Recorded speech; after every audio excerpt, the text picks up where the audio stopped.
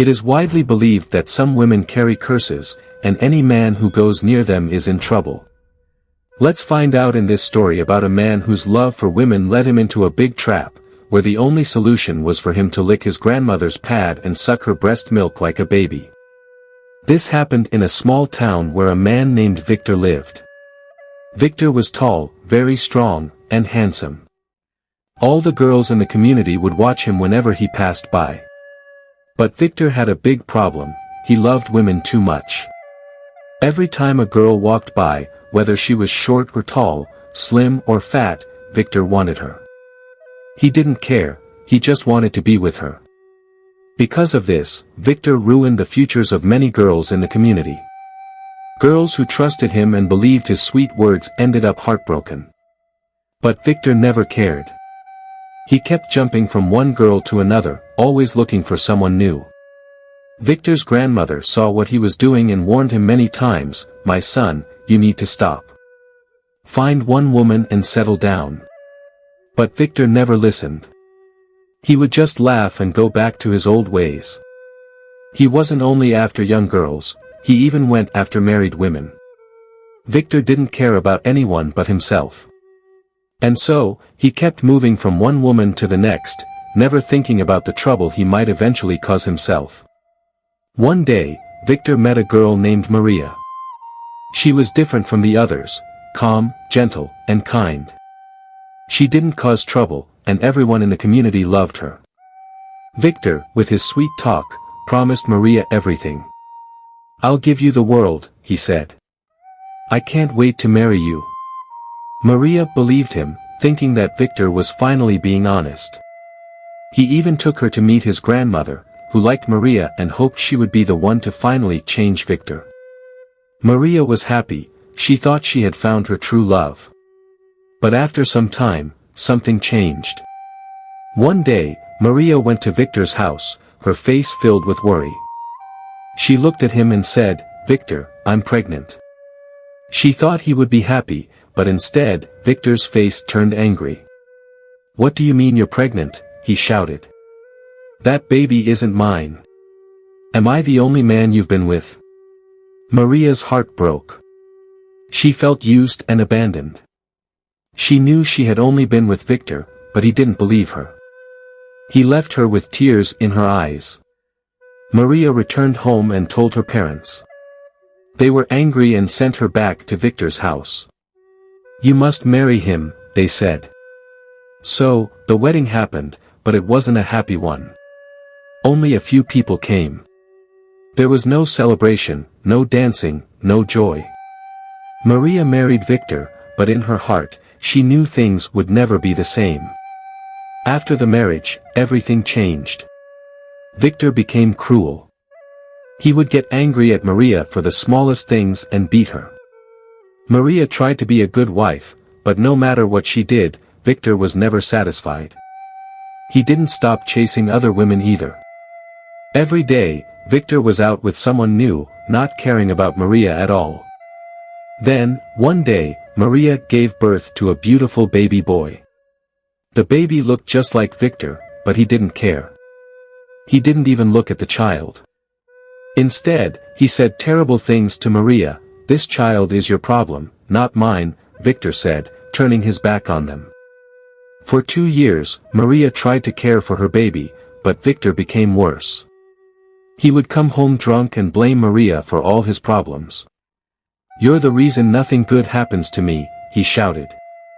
One night, in his anger, Victor threw Maria's belongings out of the house. "I don't want to see you or your child ever again," he yelled. Maria was heartbroken. She picked up her baby and the few things she had left, then walked away from the house, tears filling her eyes. There was nothing she could do. Victor didn't care, in fact, he was happy that she was gone. Now, he felt free again to do whatever he wanted. Victor's bad habits grew worse after Maria left. This time, he set his eyes on Oliva, the beautiful wife of David, a poor but hard-working farmer.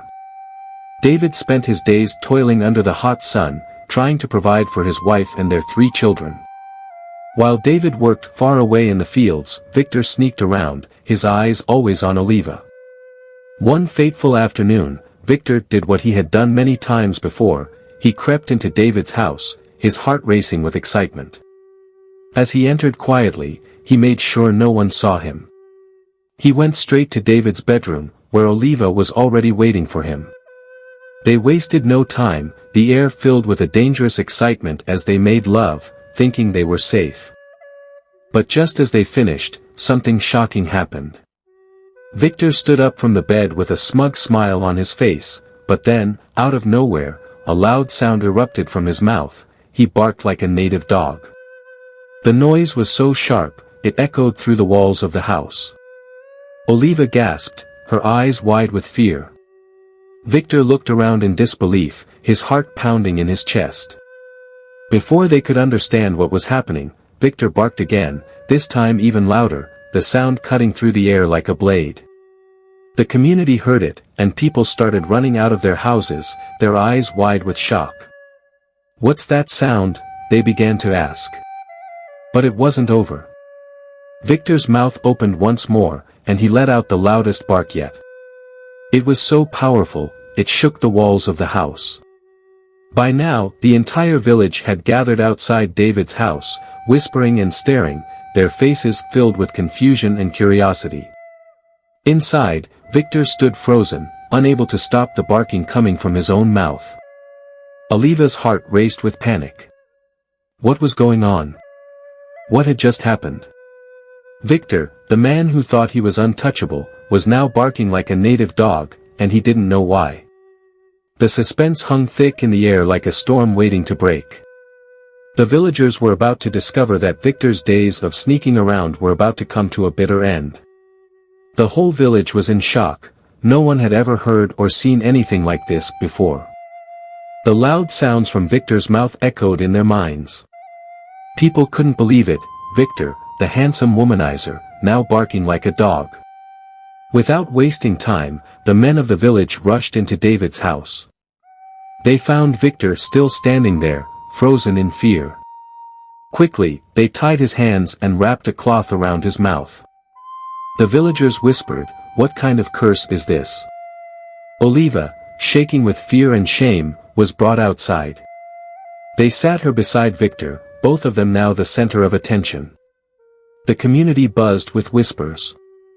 Mothers pulled their children closer, and the men exchanged worried glances. "What should we do with them?" some villagers asked in hushed tones. The community elders were called immediately. They were the wisest in the land, and only they could decide what would happen next. The villagers waited in silence as the elders sat in a circle, their faces serious. Then, someone was sent to the farm to call David. When David arrived, he was confused at first. He saw the large crowd gathered in front of his house, and then his eyes fell on Oliva, sitting on the ground, and beside her, Victor, his hands tied, his face full of shame. David's heart sank. He had suspected something was wrong, but now he saw the truth with his own eyes. The elders looked at David, waiting for his decision. The crowd held its breath. Finally, one elder spoke, "David, what shall we do with them?" David looked at Victor, then at his wife, Oliva. His face was calm, but his eyes were cold. He took a deep breath and said in a low voice, "The solution is death." Gasps filled the air. The villagers couldn't believe what they had just heard, but David was serious. He had been betrayed in the worst way possible, and now he wanted justice. The elders nodded solemnly, understanding the gravity of the situation. Victor and Oliva's fate now rested in their hands. As the villagers stood in silence, David stepped forward. His face was calm, but his eyes were filled with the pain of betrayal. He looked at the elders, then at the crowd, and began to speak. "There's something you all must know," he said, his voice steady. "I had placed a charm on my wife." The crowd gasped, leaning in closer, eager to hear more. David continued, "The charm is meant to punish anyone who dares to sleep with my wife if she is unfaithful. The moment that person commits the sin, they will bark like a dog, over and over, until they die." The villagers exchanged shocked glances. Now it all made sense, the barking, the strange behavior. It was the charm working its magic. David had been prepared for this day. "I knew something like this would happen," David said, his voice firm. "I had caught Oliva once before, but I let her go, thinking it was a mistake. But now, this charm has revealed the truth. Victor slept with her and now the punishment is upon him." The villagers murmured among themselves, shocked by David's words. The elders were deep in thought, recognizing the gravity of the situation. David continued, "I will give Victor one last chance to live." The crowd remained silent. "Victor will not die by the charm but only if he completes one condition," David said, his eyes locking on Victor. "He must suck his mother's breast for 10 days.